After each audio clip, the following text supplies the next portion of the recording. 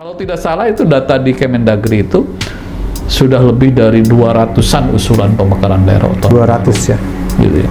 Cuma kan di sisi lain kita menyaksikan hari ini misalnya sekarang sedang viral gitu ya, bahwa Tasik itu adalah dengan jumlah penduduk miskin terbesar di Jawa Barat, tidak beda jauh dengan saudaranya Kabupaten Tasik.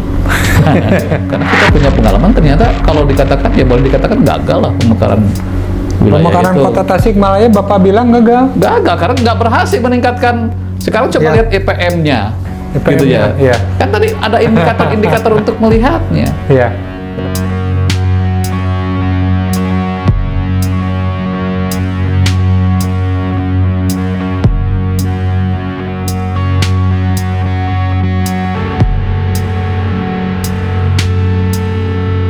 Bismillahirrahmanirrahim. Assalamualaikum warahmatullahi wabarakatuh. Waalaikumsalam. Sampurasun Badai Kabar Priangan, kembali bersama saya Zulkarnain Finali dalam acara podcast Kabar Priangan. Baraya, saat ini saya kedatangan tamu, seorang dosen, juga politisi, dan juga tokoh masyarakat Kabupaten Tasikmalaya, Bapak Dr. Haji Basuki Rahmat, MSI. Selamat siang Pak Basuki. Selamat siang. Saya panggilnya Pak Basuki apa Kang Uki nih? Ya lah, yang familiar aja Akang lah. Kang Uki aja ya. Ya. Jadi bagi masyarakat Kabupaten Tasik, beliau dikenal dengan sebutan Kang Uki. Saat ini kita akan berbicara soal pembangunan di Tasikmalaya, khususnya tentang pemekaran, Kang Uki ya. Sebenarnya betul nggak sih untuk pemekaran wilayah ini memang untuk pemerataan pembangunan, Kang Uki? Ya, terima kasih Kang Jol. Jadi begini, saya ingin memberikan perspektif yang berbeda lah dengan yang lain terkait dengan pemekaran daerah, terkait dengan pembangunan dan lain sebagainya, gitu ya. Jadi kita maklumi bahwa kehadiran negara, pemerintah itu adalah untuk meningkatkan kesejahteraan masyarakat. Undang-undang dasar kita juga sudah sangat jelas gitu ya. Yeah. Negara itu punya kewajiban untuk memajukan kesejahteraan umum, mencerdaskan kehidupan bangsa. Yeah. Gitu ya. Nah kemudian itu di breakdown ke dalam parameter-parameter yang lebih terukur dan jelas gitu ya. Seperti misalnya IPM, meliputi pendidikan, kesehatan, dan daya beli gitu ya. Nah tinggal persoalannya adalah bagaimana cara kita untuk mencapai itu gitu ya. Nah saya kira pemekaran itu adalah salah satu cara atau metode yang oleh sebagian pihak diyakini akan memberikan akselerasi bagi pencapaian tadi, peningkatan kesejahteraan masyarakat gitu ya, dengan pemerataan pembangunan, percepatan pembangunan ya, dan lain sebagainya gitu ya. Nah tentu saja secara teoritik itu bisa dipahami begitu ya. Nah, tetapi barangkali untuk hal tersebut dibutuhkan prasyarat gitu ya. Nah ya itu yang mungkin sekarang jarang orang ungkap gitu ya. Nah jadi jika kita berbicara penyelenggaraan pemerintahan, apalagi pemerintahan daerah di era otonomi ini gitu ya, memang di satu sisi daerah itu diberi kewenangan yang luas, gitu ya, untuk mengurus, mengatur rumah tangganya, gitu ya. Nah, tapi di sisi lain, gitu, kita juga berhadapan dengan berbagai macam keterbatasan, gitu ya. Keterbatasan sumber daya alam, keterbatasan sumber daya manusia, gitu ya, yang paling pokok. Kemudian juga keterbatasan sistem, daya dukung sistem terhadap pengelolaan sumber daya tadi, gitu ya. Nah itu yang penting untuk diketahui. Nah kembali kepada persoalan pemekaran tadi, gitu ya. Nah sebenarnya kan dari segi tujuan sangat jelas, gitu ya. Kalau kita baca di Undang-Undang Nomor 23 Tahun 2014 tentang pemerintahan daerah itu, di undang-undang itu bukan saja dimungkinkan adanya pemekaran, tetapi juga dimungkinkan suatu daerah itu digabung. Ada penggabungan. Undang-undangnya ada? Undang-undangnya memungkinkan. Jadi suatu daerah itu memungkinkan untuk dimekarkan, tapi memungkinkan juga untuk digabung. Ya. Gitu. Ya. Gitu ya. Nah, jadi sangat kondisional, gitu ya, sangat kondisional. Kalau memang suatu daerah itu layak untuk dimekarkan, ya bisa dimekarkan. Tetapi kalau misalnya suatu daerah yang sudah berdiri pun seandainya tidak mampu memenuhi unsur-unsur penyelenggaraan pemerintahan yang baik, itu bisa digabung lagi, gitu ya. Nah, jadi itu yang penting untuk kita diketahui, gitu ya. Nah, syarat untuk suatu daerah itu dimekarkan memang ada, pertama ada pertimbangan geografis, misalnya gitu ya, karena faktor aksesibilitas gitu ya, yang mungkin perlu ada percepatan gitu ya. Kemudian yang kedua adalah faktor demografis, jumlah penduduk gitu ya. Ada syaratnya saya kira gitu ya. Faktor sosiologis, kultural gitu ya. Jadi banyak sekali prasyarat yang harus dipenuhi untuk pemekaran suatu daerah itu. Nah, belakangan juga ada pandangan bahwa di luar hal tadi soal geografis, demografis, sosiologis, kultural gitu ya, juga terkait dengan kemampuan fiskal, kemampuan keuangan gitu ya. Nah, itu juga layak untuk menjadi pertimbangan. Jadi suatu wilayah gitu ya, apabila ingin dimekarkan ya harus mempertimbangkan itu. Kalau tidak salah itu data di Kemendagri itu sudah lebih dari 200-an usulan pemekaran daerah otonom. 200 ya? Gitu ya. Yang ya tentu saja itu se-Indonesia 200? Iya. Yang tentu saja itu bertumpuk saja di mejanya Kemendagri gitu ya. Karena terganjal itu. Terus kalau tadi kan bilang bahwa pemekaran itu adalah salah satu solusi ya untuk mengejar percepatan pembangunan, akselerasi ini. Nah, kalau di moratorium dan tidak juga dicabut moratoriumnya, berarti percepatan pembangunan akan terhambat dong. Oh, saya kira enggak juga. Nah, ini ya. Ya itu tadi kan saya katakan tadi itu kan salah satu cara. Ya. Metode untuk mengakselerasi pembangunan itu adalah dengan pemekaran daerah. Ya. Kalau salah satu berarti kan ada cara yang lain. Ada gitu cara loh. kedua ya. Berarti bukan satu-satunya cara gitu ya. Kang Uki punya cara kedua. Nah, saya lebih perpandangan bahwa gitu ya. Kalau kita melihat pengalaman pemekaran daerah yang sudah dilakukan sejak tahun 99 gitu ya. Bahkan Kabupaten Tasikmalaya mengalami gitu ya. Kabupaten Ciamis mengalami gitu ya. Beberapa daerah di Jawa itu mengalami hal seperti itu gitu ya. Saya kira kita harus terbuka mengevaluasi apakah proses itu kemudian yang sudah kita lakukan itu betul-betul nggak memenuhi apa yang menjadi harapan pada waktu atau harapan sesuai dengan undang-undang saja gitu ya. Tadi meningkatkan kualitas kehidupan masyarakat gitu ya. Meningkatkan kualitas pelayanan publik gitu ya. Meningkatkan IPM gitu ya.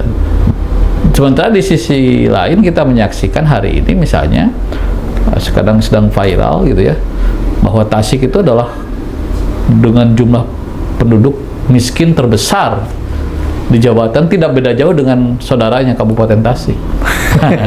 Nah, itu kan indikator pembangunan. Jadi alih-alih pemekaran itu bisa meningkatkan kesejahteraan, malah posisi seperti itu gitu ya. Jadi kenapa kalau begitu kita harus bernafsu untuk memekarkan suatu daerah gitu ya? Karena kita punya pengalaman ternyata kalau dikatakan ya boleh dikatakan gagal lah pemekaran wilayah pemekaran itu. Kota Tasikmalaya Bapak bilang gagal? Gagal karena nggak berhasil meningkatkan.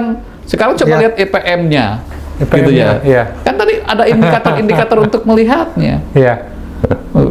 Mungkin kalau tanpa pemekaran pun gitu ya, dulu andai kata kita tidak mekarkan, mungkin kondisi Tasik juga gini-gini aja juga, atau mungkin lebih baik malah gitu loh. Ya. Gitu ya.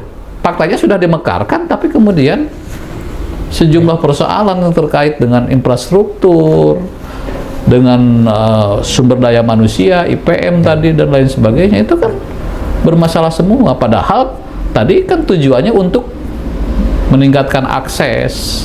Pak, itu kan kalau saya boleh bukan ini ya, tapi itu kan angka nih Pak, angka ya, angka kemiskinan berdasarkan angka.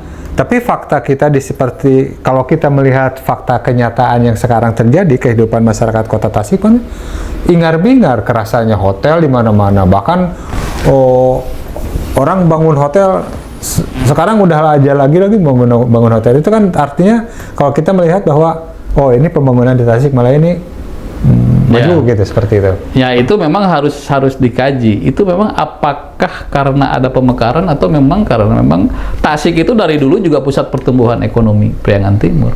Iya. Jauh sebelum ada kota Tasik masih bentuk, bahkan kalau kita tarik ke belakang sejarah gitu ya, gitu ya. Tasik itu kan pernah menjadi ibu kota Karesidenan Priangan Timur. Priangan kan gitu loh. Jadi memang Tasik itu memang dari awalnya juga secara itu. Nah, sekarang kan yang bangun-bangun ayam itu kan swasta. Gitu ya. Artinya yang menjadi tanggung jawab langsung pemerintah gitu ya, tadi pendidikan, kesehatan gitu ya. Itu kan masih menyisakan banyak persoalan. Faktanya bahwa gitu ya. Sekarang angka kemiskinan masih tinggi. Salah satunya adalah angka kemiskinan. Pengangguran tinggi, ya. Pak. Bukan karena COVID kemarin, Pak. Kalau COVID kan semuanya juga kena, se-Indonesia dunia kan gitu ya. Kembali lagi ke pemekaran. Tadi ada cara yang lain. Ya. Kalau saya sih melihat bahwa mungkin momentumnya saja sih soal pemekaran itu. Ya. Jadi sekarang momentumnya belum tepat untuk kita mengajukan pemekaran lagi lah gitu ya. Karena kita evaluasi dulu pemekaran kabupaten dan kota Tasik. Evaluasi dulu. Gitu, evaluasi dulu lah gitu ya. Nanti dari hasil evaluasi itu, karena loh yang bilang gagal itu bukan saya sebenarnya, Kemendagri gitu ya.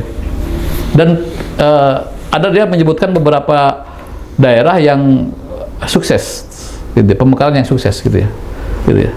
Dan Tasik tidak tersebut, berarti kan gagal gitu. Kalau tidak disebut sukses, berarti kan gagal gitu ya. Nah, jadi kita evaluasi dulu lah. Jadi jangan kemudian euforia gitu lah, gitu ya. Euforia gitu ya. Melihat karena memang dimungkinkan untuk dilakukan pemekaran gitu ya. Nah, selatan, utara, besok mana lagi, timur, barat dan lain sebagainya kan, bisa kira gitu ya. Nah, jadi kita memang harus terbiasa bermain dengan data sih sebenarnya. Ya. Coba kumpulkan dulu data-data. Karena kan membangun pemerintahan itu, membentuk pemerintahan itu kan bukan tidak boleh emosional, gitu ya.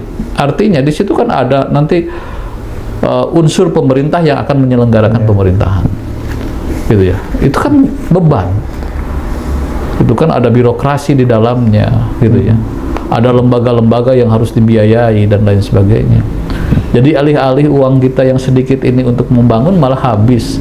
Jangan ambil contoh saya bilang gitu kan, Kabupaten dan Kota Tasik kasus itu kan, gitu ya. Di mana Kabupaten Tasikmalaya harus berpindah pusat pemerintahan, membangun. Sampai hari ini kan belum tuntas. Sudah 20 tahun, gitu ya. Dan berusaha berapa duit yang untuk itu Gelontorkan ya untuk. Andai kita dulu nggak mekar, mungkin uang itu kita bisa bangun untuk apa kan gitu loh. Kalau saya sih simpel aja sih begitu. Gitu. Tapi ini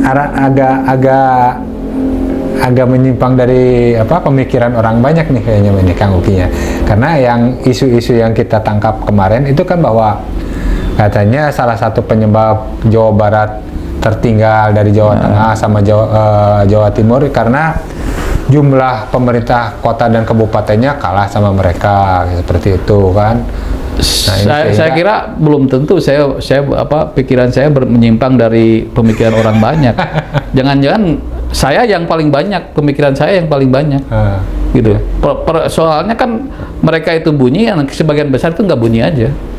Artinya masyarakat gitu ya kan cenderung tidak tahu gitu ya. Padahal mungkin kalau tahu, iya kenapa harus mekar sih gitu ya. Nah, sekarang Yang teriak-teriak pemekaran itu juga siapa? Karena apakah itu mencerminkan, merepresentasikan masyarakat secara keseluruhan kan gitu ya? Gitu. Kalau misalnya kita berbicara representasi lah, harus ada kalangan akademisinya, harus ada kalangan alim ulamanya, kalangan pemudanya, gitu ya.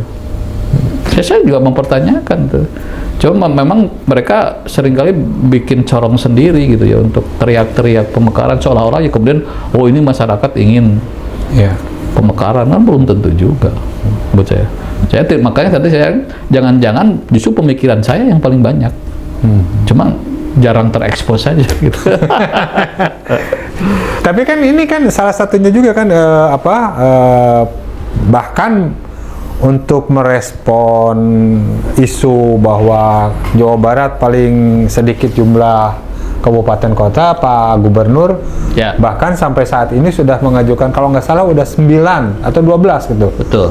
Calon CDOB baru kan diajukan ke pusat. Nah, itu kebetulan saya sedikit banyak tahu tentang itu. Jadi memang isunya itu berawal dari soal ketimpangan fiskal antara Jawa Tengah, Jawa Timur, dan Jawa Barat. Jadi kemampuan fiskal Jawa Tengah dan Jawa Timur itu lebih baik atau lebih tinggi daripada Jawa Barat. Kan dari situ awalnya. Fiskalnya PAD atau bantuan dari pusat, Pak? Fiskal itu kan kemampuan keuangan. Meliputi ada PAD-nya, ada dana transfernya, seluruhnya lah kemampuan keuangan. Termasuk juga laju pertumbuhan ekonomi dan lain sebagainya. Kan berawalnya dari sana. Gitu. Maka kemudian bagaimana cara untuk menyeimbangkan fiskal ini, gitu ya. Nah, terutama kan dari dana transfer, gitu ya, yang diperoleh kabupaten kota. Jangan-jangan karena kabupaten kota di Jawa Tengah, Jawa Timur lebih banyak. Jawa Timur kan 38, Jawa Tengah 35. Jawa Barat kan hanya 27. Jangan-jangan karena faktor itu, maka kemudian Pak Gubernur punya misi untuk menambah gitu ya, menambah daerah otonom supaya tadi ada keseimbangan fiskal. Gitu ya. Nah, walaupun ya faktanya sekarang mau berakhir masa jabatan Pak Gubernur tinggal beberapa bulan lagi ya belum ada satupun yang terrealisasi kan. Ada moratorium. Gitu. Nah, menurut saya kalau konteksnya fiskal gitu ya, mungkin saya melihat ada data yang menarik ini yang saya kira belum banyak yang mengekspos gitu ya. Tentang desa gitu ya. Saya melihat data jumlah desa di Jawa Timur itu lebih dari 8.400 Jawa Timur 8.400 ya. Kemudian di Jawa Tengah itu 8.200-an kalau tidak salah gitu ya. Pun di atas 8.000 lah. Jawa Barat itu hanya 5.600 jumlah desa dan kelurahannya gitu ya. Berapa? 5.600 gitu ya. Sementara jumlah penduduk Jawa Barat itu 49 juta gitu ya. Jawa Timur 41 juta, Jawa Tengah 37 juta gitu ya. Nah, jadi dengan demikian maka kalau di Jawa Timur gitu ya, rata-rata desa itu berpenduduk kurang lebih 5.000-an. Ya, di kita gitu ya, itu sudah 10.000-an rata-rata gitu ya. Lebih dari 10.000 malah gitu ya. Nah, itu kan ketimpangan dari segi jumlah desa. Kenapa saya katakan ini menarik? Karena ada hubungannya dengan keseimbangan fiskal.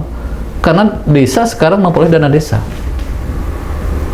Gitu ya. ADD. Iya, dana desa kan. Nah, sekarang berarti kalau rata-rata desa dapat dana desa itu 1 miliar saja. Berarti Jawa Timur itu sudah 8 triliun. Iya. Nah, dari situ kan gitu ya. Jawa Tengah 8 triliun. yang penduduknya jauh lebih banyak. Jawa Barat hanya dapat 5 triliun.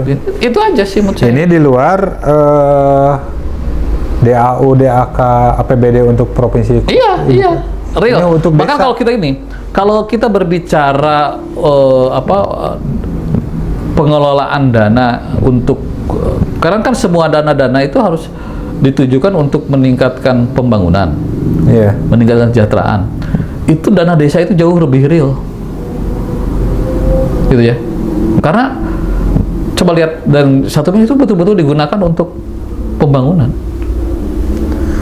gitu ya. Maksudnya lebih real teh seperti misalkan kalau APBD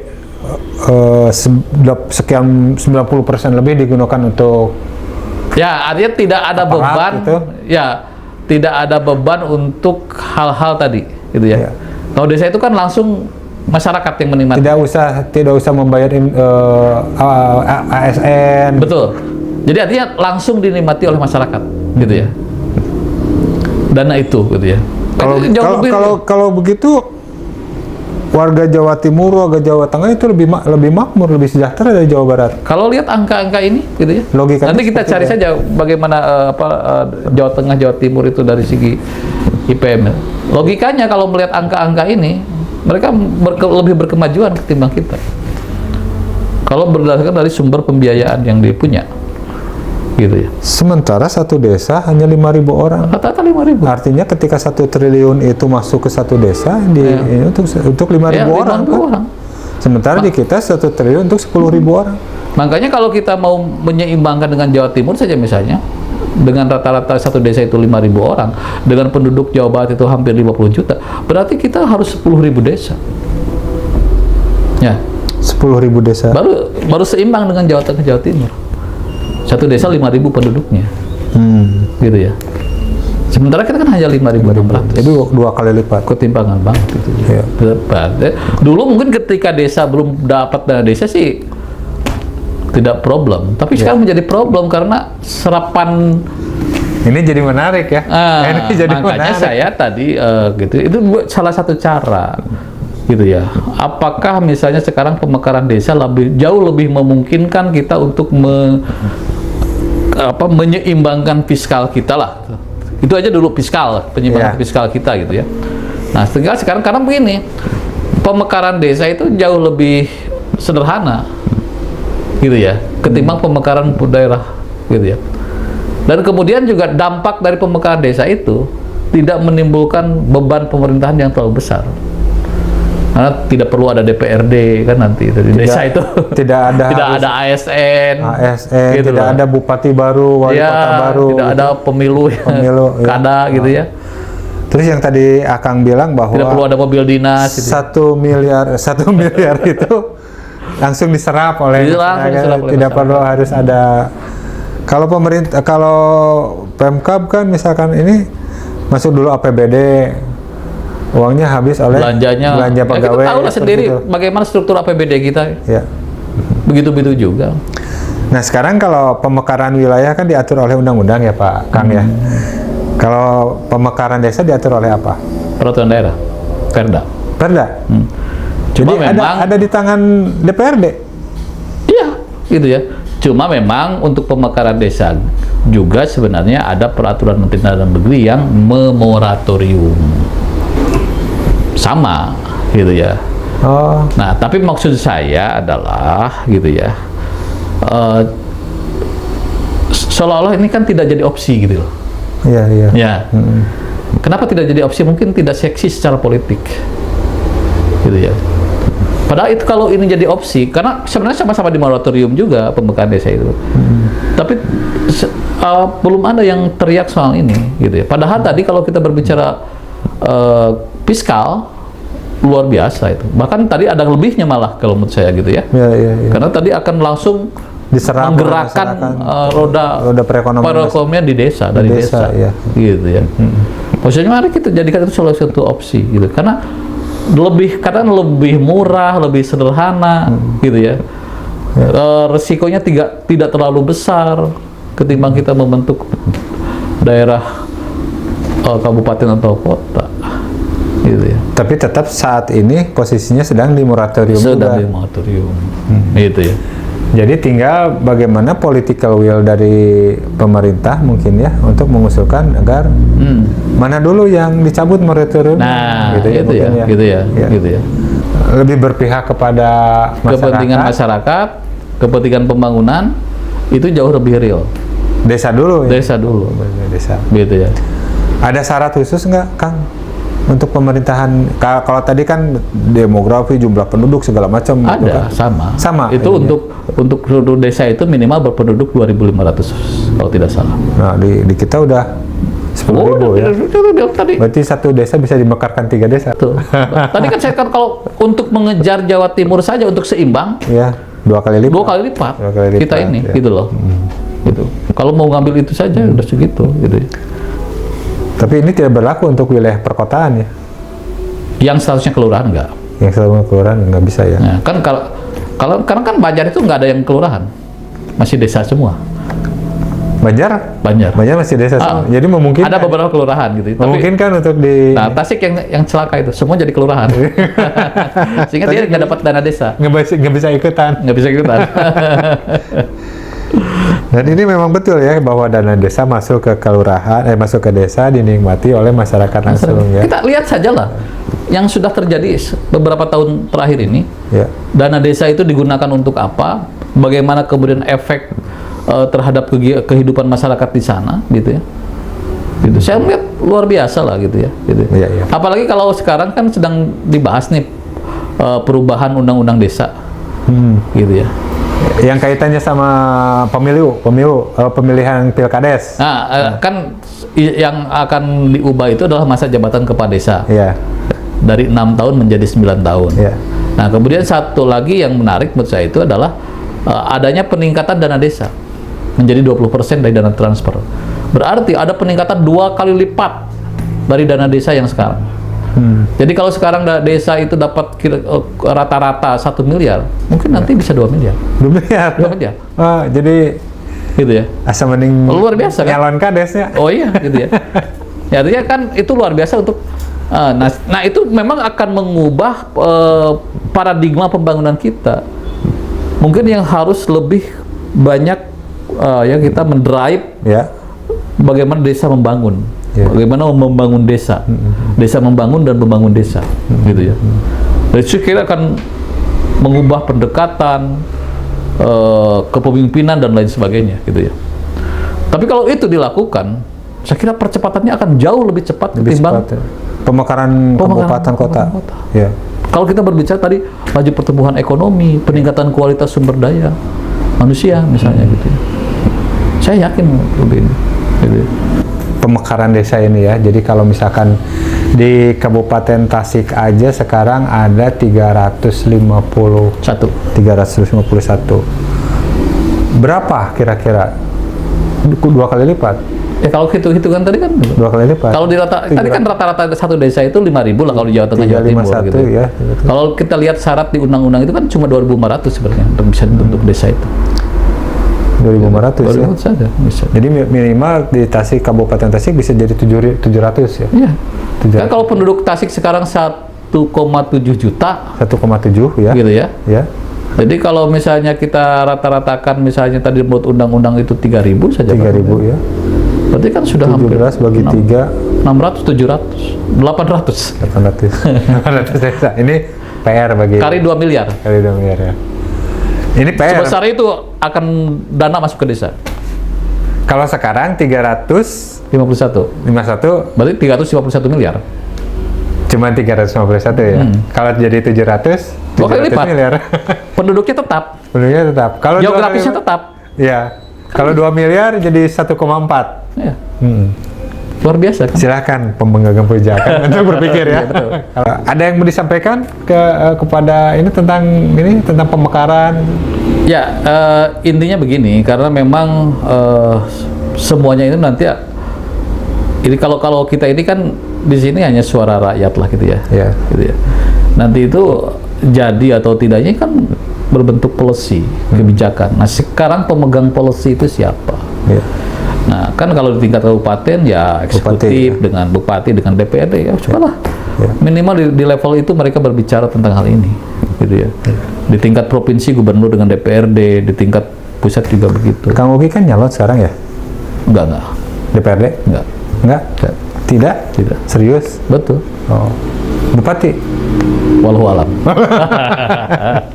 Nggak, kalau menyalonkan mungkin bisa jadi PR Kang Uki nanti di Dewan gitu. Di Ya kalaupun enggak, saya punya PR itu, artinya sesuai dengan kapasitas hari ini, paling tidak saya sudah memberikan sebuah pemikiran, Ya. gitu ya. Yang silakan oleh teman-teman di eksekutif, di legislatif itu untuk di follow up. Nah, ya. Karena menurut saya ini baik buat masyarakat, baik untuk daerah, Ya. gitu ya, untuk kemajuan kita. Gitu.